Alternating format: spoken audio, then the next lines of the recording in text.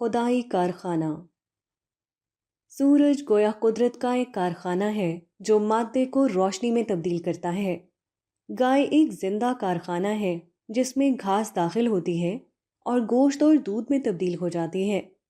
اسی طرح درخت قدرت کا ایک کارخانہ ہے جس میں مٹی اور پانی اور گیس داخل ہوتے ہیں اور وہ پھول اور پھل میں تبدیل ہو جاتے ہیں۔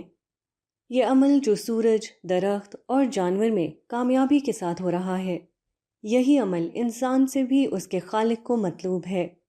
فرق یہ ہے کہ کائنات کی دوسری چیزوں میں تبدیلی کا عمل قانون قدرت کے تحت مجبورانہ طور پر انجام پاتا ہے، اور انسان میں تبدیلی کا یہ عمل خود انسان کے اپنے ارادے کے تحت اختیارانہ طور پر انجام دیا جاتا ہے۔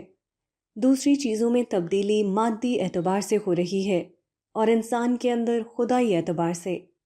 انسان سے اس کے پیدا کرنے والے کو یہ مطلوب ہے کہ وہ خارجی دنیا کے مشاہدات کو دلائل خداوندی میں تبدیل کرے۔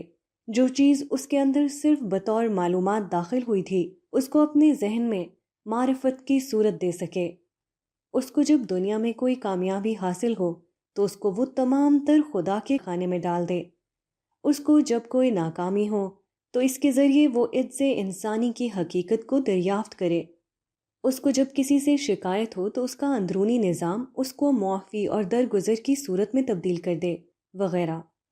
جو زمین اپنی مٹی کو درخت کی صورت میں تبدیل کرے اس کو زرخیز زمین کہا جاتا ہے، اور جو زمین اپنی مٹی کو درخت کی صورت میں تبدیل نہ کر سکے وہ بنجر زمین کہی جاتی ہے۔ یہی معاملہ انسانوں کا بھی ہے۔ جو انسان اپنے اندرونی نظام کو اس طرح بیدار کرے کہ وہ خام چیزوں کو اعلیٰ چیزوں میں تبدیل کرنے لگے، وہ مومن ہے، اور جس انسان کا اندرونی کارخانہ ایسا کرنے میں ناکام رہے وہ کافر ہے۔ زرخیز زمین اور بنجر زمین میں جو فرق ہے وہی فرق مومن اور غیر مومن کے درمیان پایا جاتا ہے۔